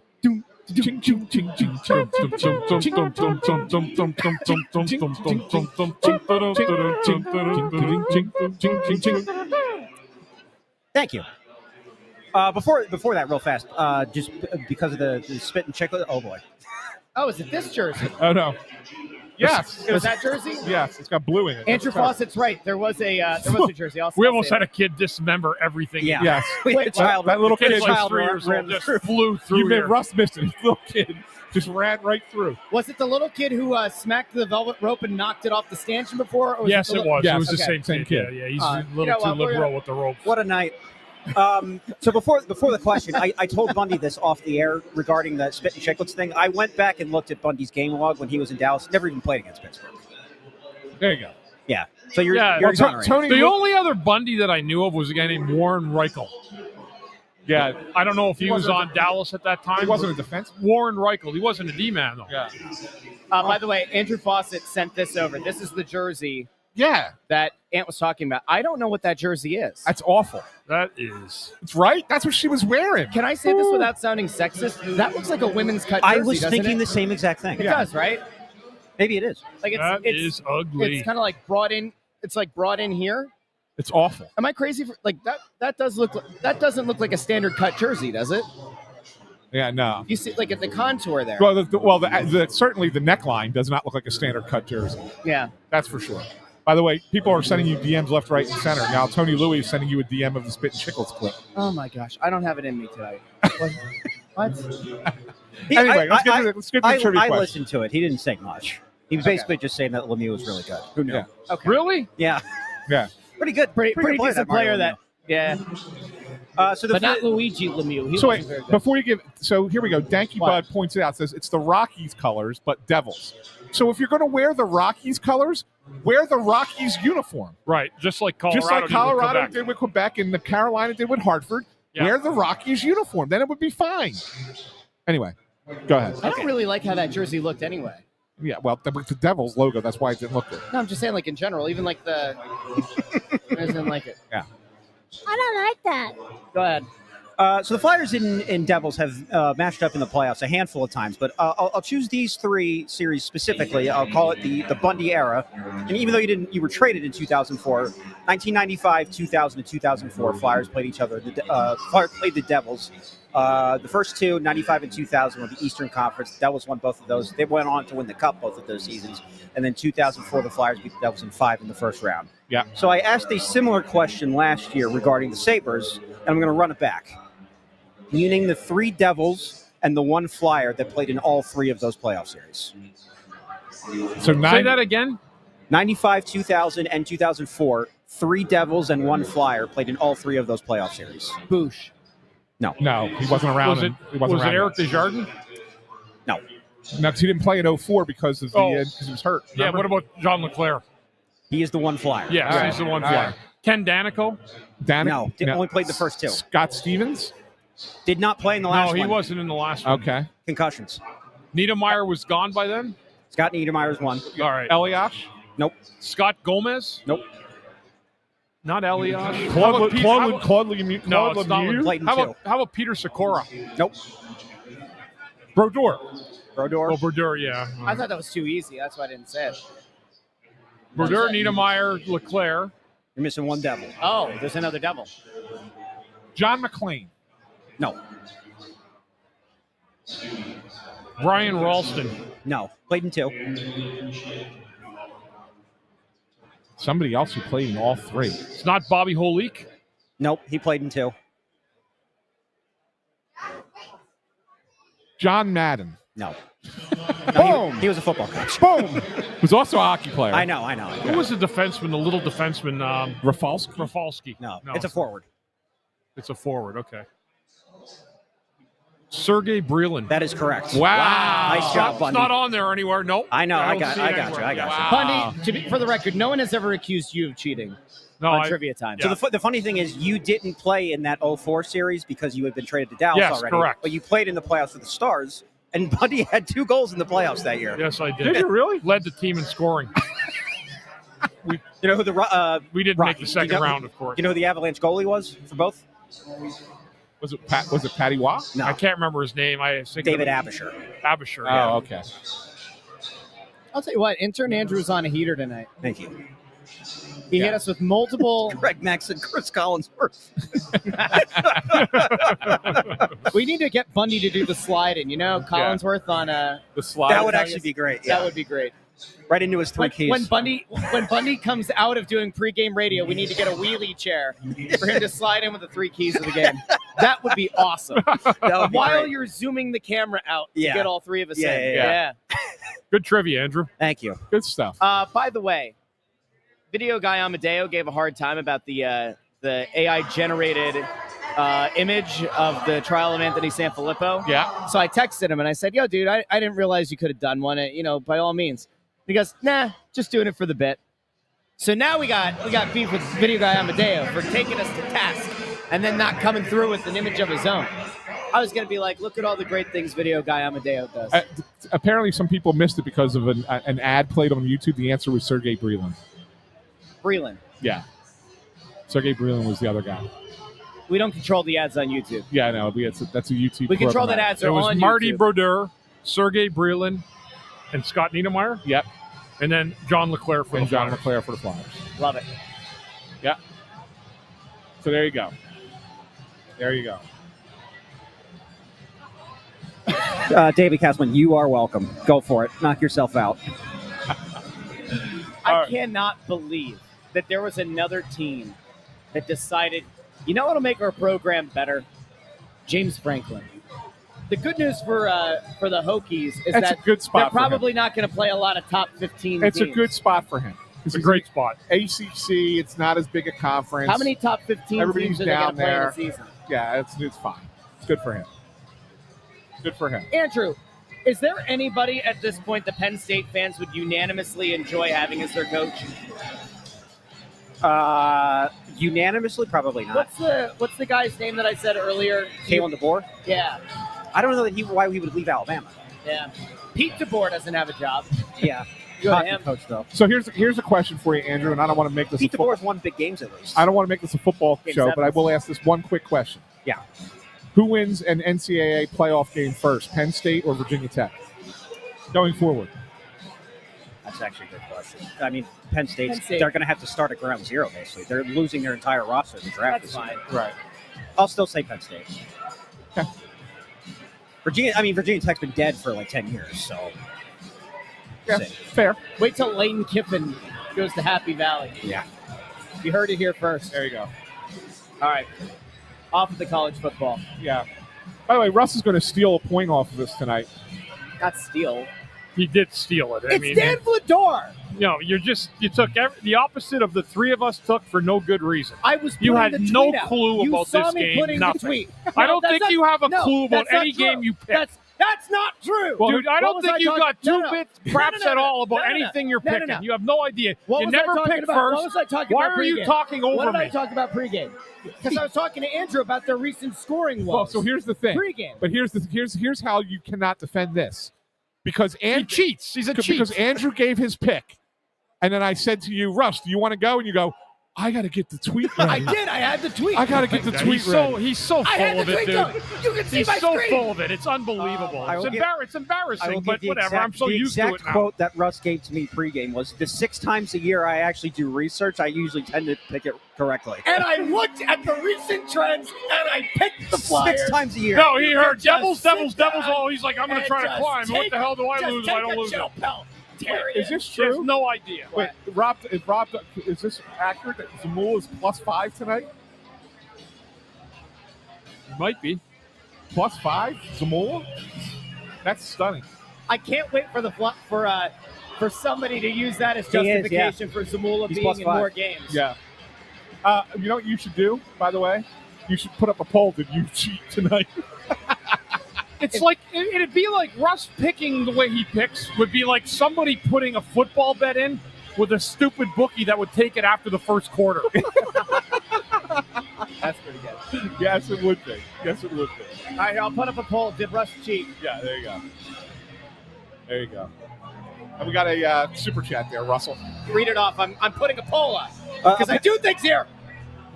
Go ahead, read it. If Craig doesn't mention a Bundy in the clip I sent to Russ, you can kick me in the nads while Anthony suplexes me through the table. Yeah, so he said that apparently earlier in the interview, Ludwig mentioned another guy named Bundy. So I don't think he was talking about you. It definitely was because I don't even know Craig Ludwig. Yeah. He would never know to call me Bundy. Yeah. I don't know him. All Was right. it King Kong Bundy? I mean, when you talk about that year, I mean, I guess it was in like 95, Was there a 96? guy on that team named Brian Glynn? How do you spell it? Glynn. If this is the guy, I swear. No. Okay. No, Nobody- he stopped playing in 1997. Brian Glynn did. Okay. Did he play for Dallas? No. Okay. Wait, did you say Glenn or Glenn? Glynn. Yeah, with an L. Yeah, no, he never played for the Stars. Okay. I really wanted to ring Actually, man. I lied. He played for the Minnesota North Stars, Okay. but it was well before you were there. We're gonna try to let's see if we can drill down on this. Who was the other guy you said was named Bundy? Warren Reichel. Spell that one. Reichel. Oh, Rychel. Yes. Yeah. No, he stopped playing in '99. But Never played. Never played for the Stars. It did, yeah, but it didn't have to be in 2000, whatever. Like I think it was when he was talking about what goalie was playing. It was the goalie was from the mid '90s. Yeah. Check your. By the way, Craig Ludwig, yeah, he stopped playing in '99 also, so he was never even your teammate. Right. So, okay, Yeah. So it had to be in the mid '90s. all right. Oh, we'll figure it out. Yeah. There we go. So it wasn't. Hey, really quick. It wasn't this guy. Rumors about this guy tonight have been really bad. They sure have. Puck drop right now. Hey, really quick. The predictions, allegations. Did Russ cheat on tonight's predictions? 73% say yes, Yeah. and they he were did. also wrong. All right, we will be back Russ, post game you're picking here. first for Here the next on 10 games. the Press Start Show.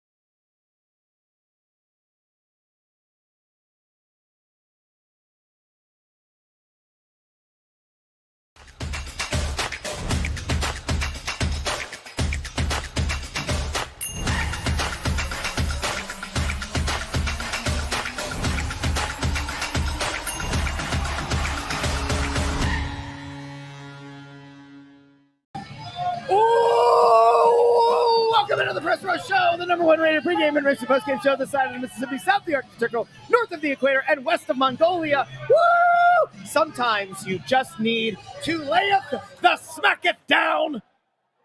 The Flyers did that tonight. 6-3, your final score. Darth Vladar had some mega saves in this one, and although he allows 3 goals on the night, man, he was gigantic for this team tonight. You could make a case that he could have been first star again. Yeah. I don't know who was picking him, but if I was picking the stars tonight, I probably would have picked Vladar They again. just gave him the 3rd star. They gave him the 3rd star. The 3rd? Well, you know, most people when they pick stars, they pick the goal scorers. I guarantee you Forster gets a star. All right, second star. Cates and Forster. Second star is Noah Cates. Yeah. And Forster will be Forster, Forster's going to be the 1st star. That's what they did. I mean, people. It's goal scoring bias. Yes.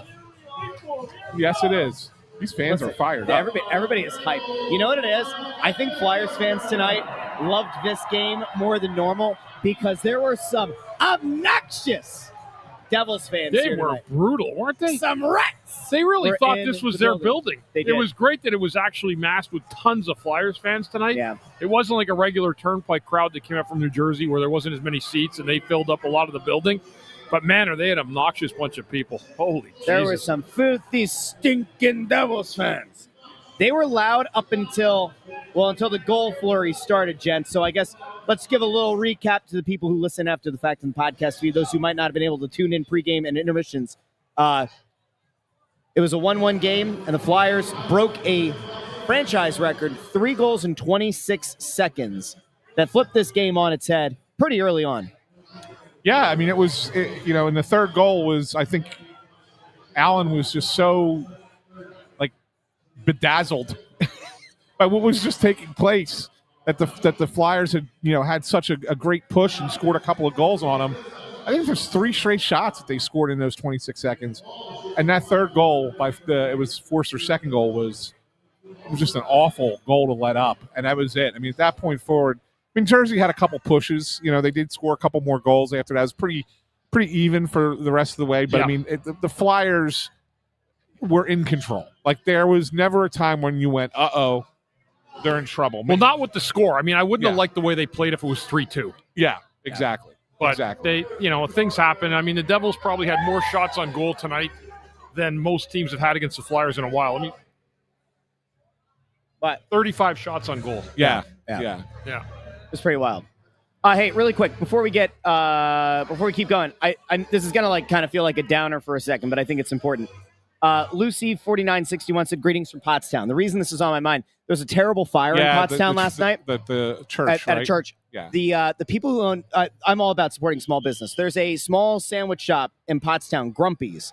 They have their stuff is fantastic. Yeah. I think the entire back half of their home was taken in the fire. And so the community, I saw all over Facebook today, they're trying to raise money. I think there's a Venmo and everything set up. So if you haven't been to Grumpy's before, get over there, support their family, support that whole crew. Yeah, do that. Do that. Yeah. We try to rally here. We'll try to rally the people around those fine folks. So anyway. I think that girl was upset that the other little girl was waving at us. Really? No, don't distract them. Don't distract them. Oh, really? I was like, No, it's seriously, okay. That's do you not know who we are? It's a Carter Hart jersey still going strong. So really quick.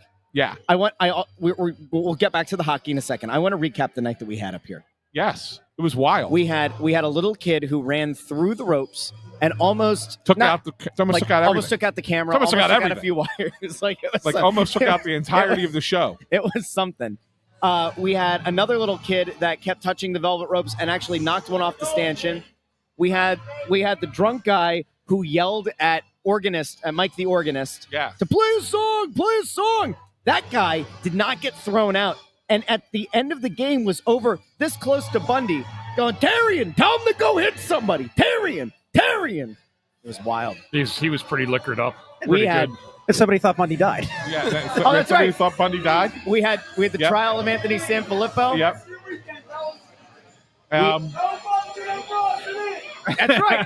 That's right. There you go. I like that guy. There you go. And then you didn't get to meet him. Bundy and I got to meet one of our regular commenters. Who? Scott Hanlon. Wait. Was here? Was here. Was over here. I was talking to him and his family. Yeah. Well, who knew? Yeah. I Well, you were didn't too busy. You were at other things going on. I'm just a busy guy. Yeah. But Lot Bundy of- you know and I what? did that. Hey, one of those other observations. A lot of kids in the building tonight, Yes. which we have not seen at every Saturday night game. It in matters. recent memory. But I'll It tell you what, matters. a lot of families out here tonight, a lot of kids Yeah. of all ages, and Right. this is why you say it's one of those things where it's critical to kind of reach out to that next group, that next wave of Flyers fans. So very cool stuff. Yeah. You know, we actually have a couple of the Utes right now looking at the show. There's a lot of Utes here tonight. A lot of Utes, a lot of the young people. Yeah, a lot of people chanting over here. Yeah. People will get, Yeah, following you know, along. people are just, they're kind of like us. Know the goalie. I know those guys. Yeah. I know those guys. All right. It's good. Real quick. So I know that they gave out the stars. When you guys look at this game on the whole, your standouts, would you agree that your 3 stars, maybe not in that order, were some combination of Cates Forster and Vladar? Who else would you have said would have been in contention tonight for one of those spots? That would have been my 3. Okay. I don't think there was any other 3. They just got them in the wrong order. Yeah. Yeah. I probably would have gone Vladar, Cates, Forster. Yeah, me too. Yeah, in that order. That's fair. What'd you think, Bundy? What did you think of the Andre Drysdale pairing? They played pretty tonight? well. Yeah, I thought so as they well. moved the puck pretty well, yeah. Yeah, they did move the puck well. Let's they- really quick. Can we touch on the one of the weirdest things? Second period, right? Yeah. Power play. Emil Andre in as one of 2 defensemen on the second power play unit and as a net front presence. It was weird. What was that? And they didn't do it again in the third period. It was only that one power play situation. They put him out there with Sanheim, and I was like, oh, all right, I guess they're going 2D on the point here. But I thought Brink was the other defenseman. That's what it looked like. And it was. Yeah. And they put Andre in front of the net. He was net front. I'm sure that made some forwards really happy. It's like, what the heck was that? I didn't know what was going on. That will make a forward go insane. If And they had a defenseman in front of the net on the power play, that will just make the forward lose his marbles. did anybody ever try that with you, Bundy? Yeah, maybe once in my career. Did they? Yeah. Yeah, but it's not. It wasn't. I didn't belong there. No, I mean, It's a whole different league down there when you're just trying to figure out where the puck is. Like Yeah. John Leclerc. You look at John Leclerc, he was Right. a master down there. right. Because I know a couple times. I remember when Pronger was here, they tried Yeah. him doing that a little bit. Yeah, it's a lot. It's not as easy as you think because all you're really doing is taking up space. Yeah. As a big body. Yeah. And and then you're just parking yourself in the crease area. Yeah. You're taking a lot of whacks, too. Yes, right? you are. Back then too, you didn't stand there and not get it. Yeah. I mean, even the goalie would hit you. Absolutely. We had a commenter shout out another commenter for a great point. So we'll go over to the commenter who was referenced by another commenter. Pren6168 says, Briere nailed it last summer with Vladar, Zegras, and Dvorak. Where would the Flyers be without these 3? Yeah, I mean, I think especially the first 2 guys, because they're obviously going to be part of this beyond this season. We don't know with Dvorak what the deal is going to be. He's on a 1-year deal, so he's kind of a hey, they needed a center, and he came in, and he's done a nice job since he's been here. I'm not trying to take anything away from the signing. I think it was certainly a good signing, but I mean, when you look at Zegras is probably going to be a part of the core. Vladar is signed through next year, and if he keeps this up, it might go even further than that. Who knows? But yeah, I mean, I said this on the Snow the Goalie. There we go. I said it on the Snow the Goalie radio the other night when we had Frank. Yeah, I love it. Right? Look at this. Yeah. What'd she say? I don't know. I have no idea. I don't know. You see, I'm so distracted now. But I said this to Frank the other day, Russ, that not many teams were as successful. Oh, those were 5 mixed drinks. Yes. In the Flyers souvenir cups. I think she said he had 5 vodka drinks. Yes. Yeah, we're having. Yeah. And she'd go, whoop. Yeah, I know. It's out of control. But This is what Flyers hockey's supposed to be. I'm so glad I stayed up here tonight This instead is of going the down to the locker atmosphere room. that we are expecting from now through the. Hold on. I'm sorry. I'm gonna. Just doesn't matter what I had to as say. an Doesn't aside. matter anymore. As an aside, Yeah. I know that Flyers Twitter gets really upset, and I know I saw somebody over here say "rest in peace" to the McKenna sweepstakes, which this team was never going to try to be in. McKenna sweepstakes are no longer. They don't exist anymore because McKenna's been moved out of the top spot.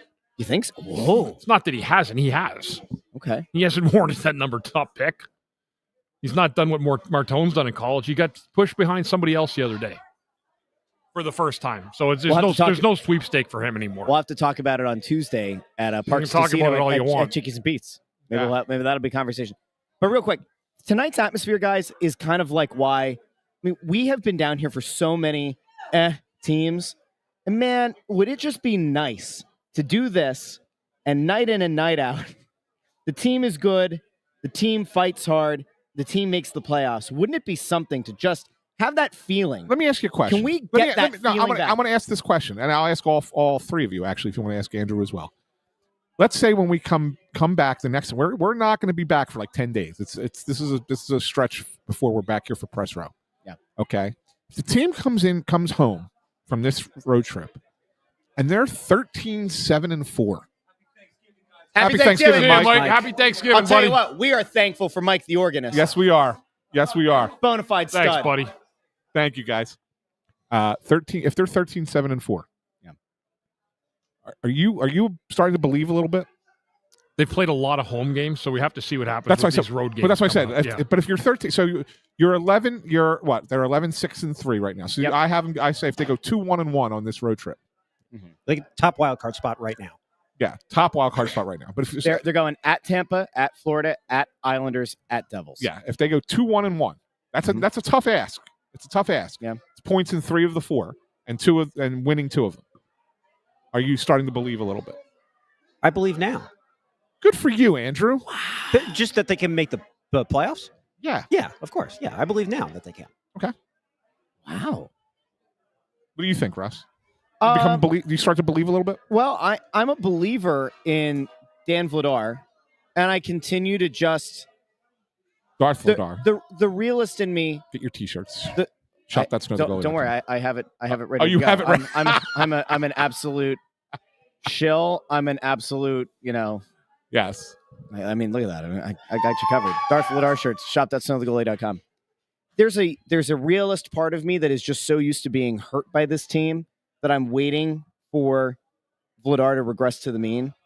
But man, oh man, you watch him tonight. You watch him so far this season, and he looks like the real deal. And I just hope that what we see here is a guy who is able to it's the that fear. I think it's that fear of being hurt because Ersson as a backup played well under Hart, and then when he got into that role of having to kind of shoulder that load and play that many games, his body kind of gave out on him.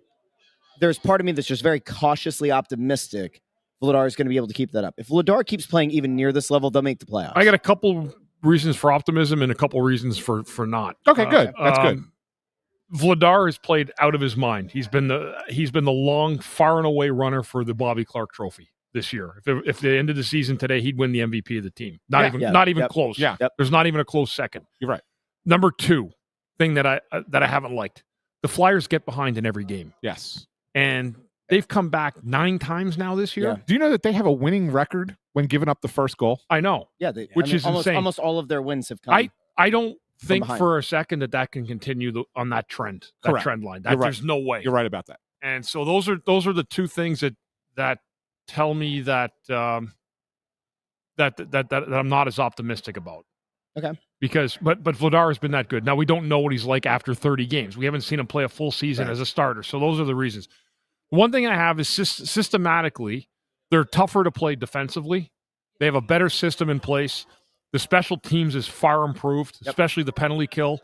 And even the power play is middle of the pack. It's middle of the pack. Middle of the pack, and which I think is that fine. could actually get better too. I think once they gel a little bit more, I think that power play can even get better. I think the addition of Zegras has been really big for a lot of guys, opening up the offense. And I think that the defense have really actually played pretty well this year, moving pucks out of the zone, doing a good job. It's going to be interesting once Risto's back. It will. Like they've done I think.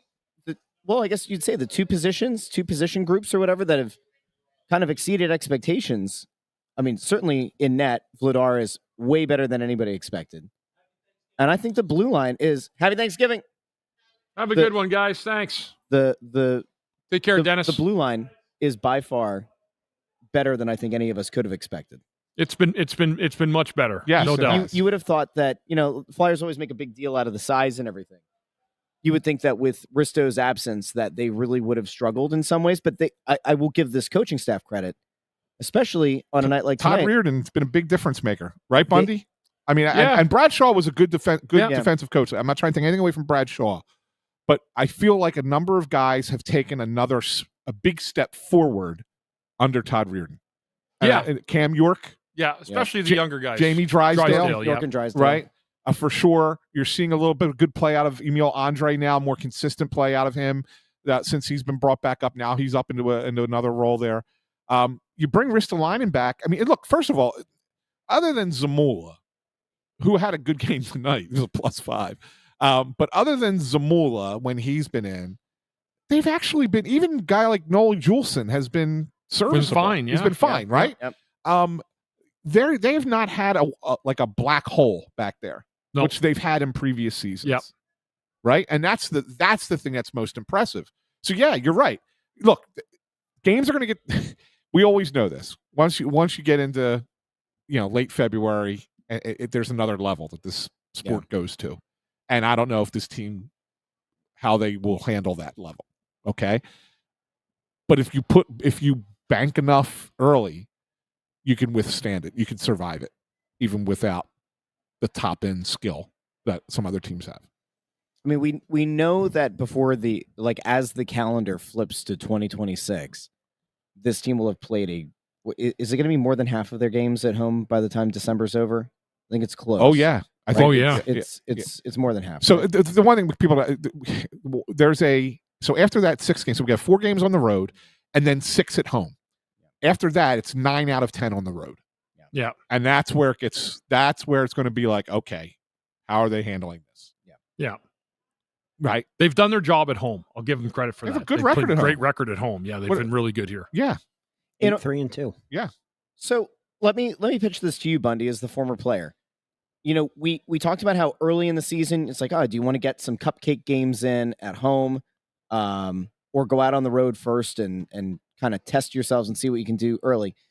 Given how this schedule has largely been skewed in the favor of being at home, Tocchet trying to install a new system, them being able to kind of do this from the comfort of their own homes this early in the season, kind of build that camaraderie, understand his system, get things implemented. Is this the best case scenario with them getting ready to go out on the road, that they were able to take advantage of all of that time, all that practice time, and do it all here? Yeah, I think so. I think the schedule actually was in favor of the Flyers this year. It hasn't been too crazy. I mean, I know they had that trip to St. Louis and Dallas, but it was a dad's trip, so you kind of lose sight of that. But they haven't had a taxing travel schedule at all. It's been easy. And they've been gifted with a lot of home games, which they've done well. So it gives you extra time to practice at home, extra time, a few extra days to do things. I see coaches. I read Rick Tocchet today does a lot more stuff on morning skates now on game days to get guys prepared. So I think there's still a lot of things they're working on, and they're only 2 months into it. There's the comment of the night. That must be the guy. Is that your burner? I think that was the guy yelling at Mike the organist and yelling at Bundy to have somebody hit someone. I think. Thank you. We'll see, guys. This is the most positive I think I've been about a team. I mean, it's not. I won't go. Look, and I'm just saying. This is the most positive. Let me. Yeah. Explain a second. The fake bubble year, like that year, that team played really, really well up until the world shut down. Right. Yep. But you and I talked about the fact that not really sure that it's real. Right. Correct. Yes. And then there was round robin and the bubble thing, and Ann almost died and all that. That season was kind of like an anomaly. It was kind of an aberration, which led this team to a very weird place. The reason I feel better about this team isn't because I think that they're like a cup contender, right? What makes me feel better about this team, though, is you're not doing this. When Saravalli was on, he was kind of talking about those patchwork moves. And I get that to some extent. Like a Dvorak, is he like a patchwork guy? Maybe a little bit. But you look at this team and you say, there are a lot of young guys that are contributing here that do look like they're taking that next step or are very much on the way of taking that next step. So regardless of what happens, if this team continues to play like this together, whether the wins happen or they don't, I still feel better on the whole about the direction that this team is heading, not just for this year, but longer term. Yeah. I mean, there is no guarantee that this team is making the playoffs. I don't want anybody to think that I'm saying that by asking the question that I asked, because I don't think that there's anything close to a guarantee. But I also don't think that the morons who are out there saying you're delusional if you think this team can make the playoffs know what the hell they're talking about, because this team can make the playoffs. Will they are playoff capable of making the playoffs. Yes. Will they? No one knows. No one knows, but they are capable. They have enough here to get there. Whether they do or they don't will play out over the next 62 There's going to games. be about 7 teams that are going to be lined up at the end of that 8 spot. It's bonkers right It's now nuts. in the East. And you win one night, you're in the playoffs. You lose the next night, you're in last place in the division. Yeah. Well, anyway. Yeah. But that's a positive. Look, this is, and I know there was 2 years ago they played really well, right? And then they collapsed at the end of the year. I hated that year. But what you're seeing now is a lot different than what you saw then. Yes. Right. And we would sit up here when they were playing really well and say, there's a stretch coming. You got to wait and see. Oh, yeah. And it actually happened. And it happened at the end of the year, right? I look at this team and I say, I feel better about this group than I did 2 years ago. And that team missed by one day, right? The last game of the year, they got knocked out of the playoffs. This team, I feel better than that team, and that team just missed. So I think that this team can get in. Yes, and I do. And for better or worse, the difference between those teams, that was the year, if I remember correctly, the Torts benched Couturier and tried to galvanize the team for the fake playoff run. This one, you're in year one of the head coach. Yeah. And sometimes there's just that. There's the new message, and you ride that heater. And you ride that. And there's teams that made the playoffs last year that aren't going to make it this year. That where you thought would. Look at Toronto. Did anyone think for a second Toronto was going to possibly be in the situation they're in right now? Not that I'm aware of. Is it people coming up to? Oh, that's probably fine. Oh, I didn't. Nobody said anything to me. No, they're not our people. But if people want to come up, that's fine. Yeah. Okay. All right. Sorry. We've been alerted by security. There are people trying to come say hi to the podcast. Yeah, that's all right. That's fine. All right. Intern, this is the last time we will talk to you on the show until December. That's right. So you know what we got to do beforehand? We got to wish Andrew a happy birthday. Thank you. The big 3-0. Bundy, you gonna sing to him? No. No. That's all right. I'd rather you didn't. Going to shave his head for his birthday. Yeah. It's going to look so good, dude. You're going to look like Stone Cold Steve Austin. No. Can you grow a goatee? No, I can't grow facial hair at all. Can you try to grow a goatee? No. I want you to try I can, but I won't. to try to grow a goatee in anticipation of the head shaving. Can you do that? No. Can you do that for us? No, don't make them do anything. Facial hair is not. If it doesn't grow well, you shouldn't do it. Well, listen. Anyway, we'll be back on Tuesday at Parks Casino at the Chickies and Pete's there. Another short ride. If you want to come out and have a good time, talk some. It's not too bad for you, right? Come on out. No, it's not good.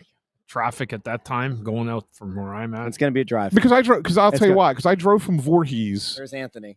To the Northeast Philly location last week. 10 minutes. It was like 35 minutes from The Voorhees. Northeast Philly? Yeah, and you passed the exit for the Parks Casino on the way there. So my favorite one of the year is Bundy and I. There was a time that Bundy and I took like an hour 45, 2 hours to get to the location, and Ant comes prancing in and comes trotting in like Vince McMahon, in the Attitude Era, the chest puffed out. Yeah. He goes, "It's right around the corner from my house." Yeah, we're back there December 17th, Tone by the deaf. way. Anyway.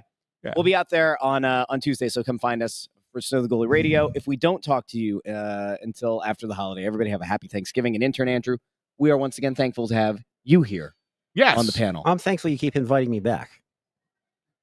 We don't think we really invited you back. You just showed up. That's fair. Yeah, well, I mean, you didn't say no, so. It was like, oh, he's here again? We tried to do something nice. Yeah. All right. A big thank you to everybody who tuned in live, and a big thank you to everybody who listens back after the podcast. If you do us a favor, if you haven't done so already, like the video, share the video, subscribe over on YouTube. You can find the podcast or on Apple Podcasts, Spotify, Pandora, Amazon Music, wherever you get your podcasts.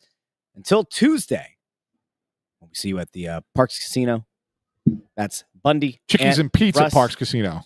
And Intern they're Andrew. the sponsor. Please get it right. Chickies and Pete's. We love them. Great people. We'll talk to all of you Tuesday on Snow the Goalie Radio. Until then, this has been the Press Row Show, the #1 rated pregame, intermission, postgame show. Talk to each and every one of you very, very soon.